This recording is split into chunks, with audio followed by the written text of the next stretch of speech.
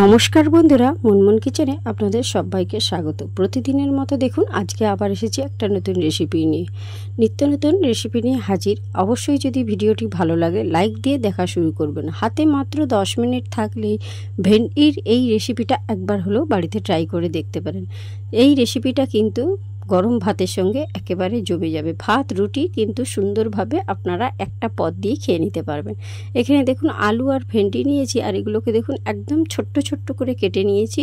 আর ভেন্ডিগুলো অবশ্যই কাটার আগে কিন্তু ধুয়ে নেবেন, কারণ কাটার পর কিন্তু ভেন্ডি ধোয়া যায় না। তো এইভাবে দেখুন ভেন্ডি আর আলুটাকে কেটে নিয়েছি। এবারে দেখুন একটা গ্যাসের উপর আমি ননস্টিক কড়াই বসিয়ে দিয়েছি, তার মধ্যে দিয়ে দিচ্ছি সামান্য পরিমাণ তেল। আর সম্পূর্ণ রেসিপিটা আপনারা সর্ষের তেলেই করার চেষ্টা করবেন, কারণ ভেন্ডির এই রেসিপিটা সর্ষের তেলে করলেই কিন্তু খেতে খুবই ভালো লাগবে। আর তেলটা কিন্তু খুব ভালো করে গরম হয়ে গেলে এর মধ্যে দিয়ে দিচ্ছি 3 চামচ মতো কালো জিরে। কালো জিরেটা দেওয়ার পর ভালো করে একটু নেড়ে চেড়ে কালো জিরেটাকে ভেজে নেব। কালো জিরেটা ভাজা হয়ে গেলে জিরের একটা সুন্দর ভাজা গন্ধ উঠবে, তখন পর্যন্ত কিন্তু একটু ভালো করে ভেজে নিতে হবে। ভাজাটা হয়ে গেলে এখানে দেখুন আমি কিছু পেঁয়াজকে, দুটো মতো পেঁয়াজকে সরু সরু করে কুচিয়ে নিয়েছি। আর সেই কোচানো পেঁয়াজগুলো দিয়ে ভালো করে কিন্তু পেঁয়াজটাকে নেড়ে চেড়ে ভেজে নেব। আর যখন পেঁয়াজটা ভাজবেন অবশ্যই গ্যাসের ফ্লেমটা লো ফ্লেমে রেখে ভাজবেন। পেঁয়াজটা ভাজা হওয়া পর্যন্ত কিন্তু আমি অপেক্ষা করব।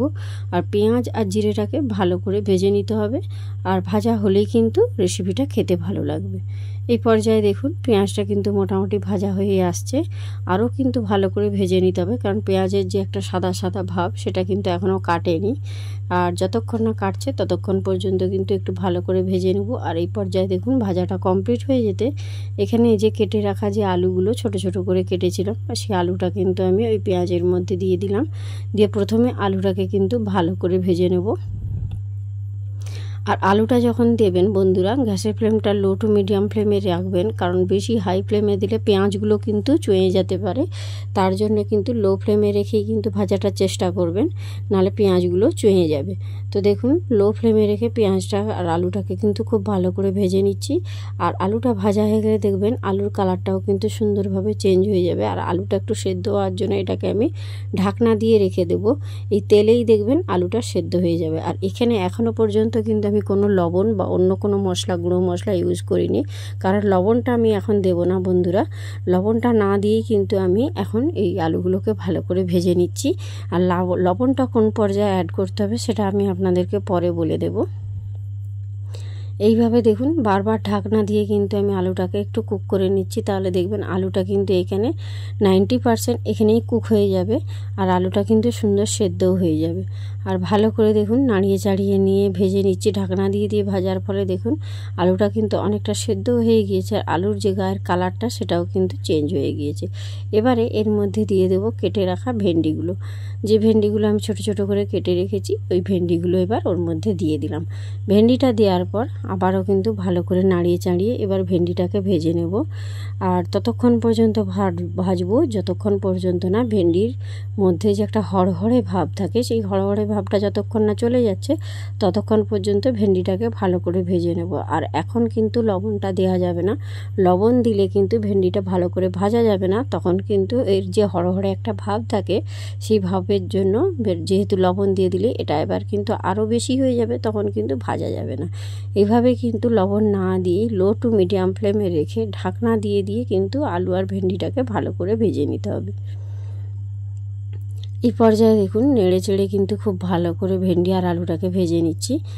আর যতক্ষণ না এই ভেন্ডির মধ্যে দেখুন একটা হড়হড়ে ভাব আছে চলে না যাচ্ছে ততক্ষণ পর্যন্ত কিন্তু ভালো করে নেড়ে চেড়ে ভেজে নিতে হবে। তো আমি যে রেসিপিগুলো শেয়ার করি অবশ্যই একদম অত্যন্ত ঘরোয়া পদ্ধতিতে এবং বাড়িতে থাকা মশলা দিয়ে কিন্তু আমি রেসিপিগুলো বানাই। আপনারা সহজেই কিন্তু এই রেসিপিগুলো বাড়িতে তৈরি করে নিতে পারবেন খুব ইজিভাবে। তো সম্পূর্ণ ভিডিওটা দেখতে থাকুন আর স্কিপ করবেন না, স্কিপ করলে কিন্তু কিছুই বুঝতে পারবেন না। তো এইভাবে দেখো ঢাকনা দিয়ে দিয়ে কিন্তু ভেন্ডি আর আলুটাকে ভালো করে ভেজে নেব বন্ধুরা। আর ভেন্ডিটা ভাজা হয়ে গেলে দেখবেন ভেন্ডির যে একটা হালি অংশ বা সবুজ ভাব রয়েছে এটাও কিন্তু অনেকটা অংশে কমে যাবে, তখন ভেন্ডির কালারটাও কিন্তু অনেকটা চেঞ্জ হয়ে যাবে। এইভাবে কিন্তু লো ফ্লেমে রেখে ভেন্ডি আর আলুটাকে ভালো করে ভেজে নিচ্ছি প্রথমে। আর এখন দেখুন মোটামুটি কিন্তু ভেন্ডির মধ্যে হড়হড়ে ভাবটা ওটা কিন্তু অনেকটাই অংশে কমে গিয়েছে। আর এবারে কিন্তু এর মধ্যে আমি অ্যাড করে দিচ্ছি স্বাদ মতো লবণ। এতক্ষণ পর্যন্ত কিন্তু আমি লবণটা অ্যাড করিনি। এবারে দেখুন ভেন্ডির কালারটা অনেকটা চেঞ্জ হয়েছে এবং হড়হড়ে ভাবটাও চলে গিয়েছে। সেই পর্যায়ে আমি একটু লবণ আর দিয়ে দিলাম স্বাদ মতো। লবণ দেওয়ার পর দিয়ে দিলাম হাফ চামচ একটু হলুদের গুঁড়ো আর দিয়ে দিলাম একটু কাশ্মীরি লঙ্কার গুঁড়ো। এখানে কিন্তু আমি কোনো রকম গুঁড়ো লঙ্কা ইউজ করিনি। আপনারা অবশ্যই একদমই গুঁড়ো লঙ্কাটা দেবেন না, কাশ্মীরি লাল লঙ্কার গুঁড়ো দেবেন, কারণ গুঁড়ো লঙ্কাটা দিয়ে দিলে কিন্তু খেতে খুবই ঝাল লাগবে আর খেতে কিন্তু ভালো লাগবে না। চাইলে আপনারা এখানে কাঁচা লঙ্কা দিতে পারেন, কাঁচা লঙ্কা দিলে কিন্তু এর স্বাদটা খুবই ভালো হবে, কিন্তু গুঁড়ো লঙ্কাটা একদম এড়িয়ে যাবেন। আর দেখুন কাশ্মীরি লঙ্কার গুঁড়োটা দেওয়ার পর এবারে নেড়ে চেড়ে কিন্তু খুব ভালো করে ভেজে নিচ্ছি। আর নুনটা যেহেতু দিয়েছি দেখবেন এবারে কিন্তু অনেকটাই অংশে কিন্তু ভেন্ডি আর আলুটা সেদ্ধ হয়ে যাবে। আর যেহেতু আমি এটা ঢাকনা দিয়ে দিয়ে করছি তাহলে কিন্তু দেখবেন খুব সুন্দর রেসিপিটা তৈরিও হয়ে যাবে। আর এই পর্যায়ে দেখুন আমি আপনাদেরকে নেড়ে চেড়ে দেখিয়ে দিচ্ছি ভেন্ডির কালারটা কিন্তু অনেকটা চেঞ্জ হয়ে গিয়েছে আর ভেন্ডিটা কি সুন্দর কিন্তু ভাজাও হয়ে গিয়েছে। দেখুন এই ভেন্ডি আলুর ভাজি রেসিপিটা কিন্তু ভাত রুটির সঙ্গে একেবারে জমে যাবে। দেখুন আলুটা কি সুন্দর সেদ্ধ হয়ে গিয়েছে, আপনাদেরকে আমি কেটে দেখিয়ে দিচ্ছি।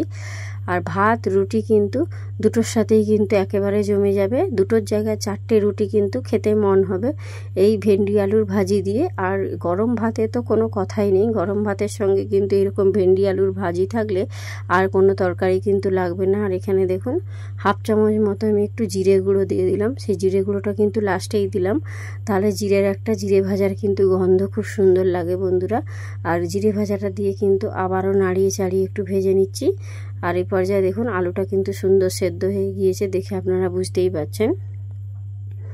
আর আপনারা চাইলে এখানে কিন্তু কাঁচা লঙ্কা ইউজ করতে পারেন, কাঁচা লঙ্কা দিলেও কিন্তু খেতে খুবই ভালো লাগবে। তো আমি কাঁচা লঙ্কাটা দেইনি কারণ আমার মেয়েরা খাবে বলে, তো আপনারা চাইলে অবশ্যই দিতে পারেন, কিন্তু গুঁড়ো লঙ্কাটা একেবারেই অ্যাভয়েড করে যাবেন। এবারে এই পর্যায়ে দেখুন আমি এখানে 1 চামচ পোস্ত নিয়েছি, এই পোস্তটা কিন্তু উপর থেকে ছড়িয়ে দিলাম। আর পোস্তটা দিলে কিন্তু এই ভেন্ডি আলুর ভাজি রেসিপিটা কিন্তু খুবই অসাধারণ হয়। আর এটা কিন্তু তৈরি করতে কিন্তু খুব একটা সময়ও লাগে না, হাতে মাত্র 10 মিনিট থাকলেই কিন্তু এই ভেন্ডির রেসিপিটা সুন্দরভাবে আপনারা তৈরি করে নিতে পারবেন। একদম অপূর্ব সুন্দর কিন্তু খেতে লাগে। একবার হলো বাড়িতে ট্রাই করার অনুরোধ রইল। আর বানানোর পর আমাকে কমেন্ট বক্সে কমেন্ট করে জানাবেন যে কেমন হয়েছিল খেতে। বাড়িতে থাকা উপকরণ দিয়ে কিন্তু আপনারা এই রেসিপিটা খুব সহজেই বানিয়ে ফেলতে পারবেন, কারণ আমি যে উপকরণগুলো শেয়ার করি সেগুলো কিন্তু সবই বাড়িতে থাকা উপকরণ। আর এভাবে দেখুন সুন্দর করে আলু আর ভেন্ডিটা ভেজে নিয়েছি। আর পোস্তটা দেওয়ার জন্য এটা কিন্তু শুধু মুখেও খেতে কিন্তু দুর্দান্ত লাগে। এবারে দেখুন একটা প্লেটের মধ্যে আমি এটাকে তুলে নিচ্ছি, তুলে নেওয়ার পর আমি কিন্তু এবার এটা সার্ভ করে আপনাদেরকে দেখিয়ে দেব। আর সম্পূর্ণ ভেন্ডি আলুটাকে দেখুন এবার প্লেটের মধ্যে তুলে নিলাম। তোলার পর কিন্তু আমি আপনাদের সঙ্গে দেখিয়ে দেব যে কতটা সুন্দর হয়েছে খেতে আর দেখতে কতটা লোভনীয় হয়েছে। এই পর্যায়ে দেখুন আমি সমস্ত আলু আর ভেন্ডিটা কিন্তু তুলে নিচ্ছি। সঙ্গে থাকুন, দেখতে থাকুন। আর আপনারা অবশ্যই ভিডিওটা একদম স্কিপ করবেন না, স্কিপ করলে বুঝতে পারবেন না। তো দেখুন কত সুন্দর দেখতে হয়েছে, খেতেও কিন্তু ততটাই সুন্দর হয়েছে। একবার হলেও এই ভেন্ডি আলুর ভাজি রেসিপিটা বানিয়ে দেখুন, ভাত রুটি সব কিছুর সঙ্গে কিন্তু জমে যাবে। তো আজকের মতো আমি ভিডিওটা এখানেই শেষ করছি, দেখা হচ্ছে নেক্সট ভিডিওর সঙ্গে। তো টাটা, বাই বাই।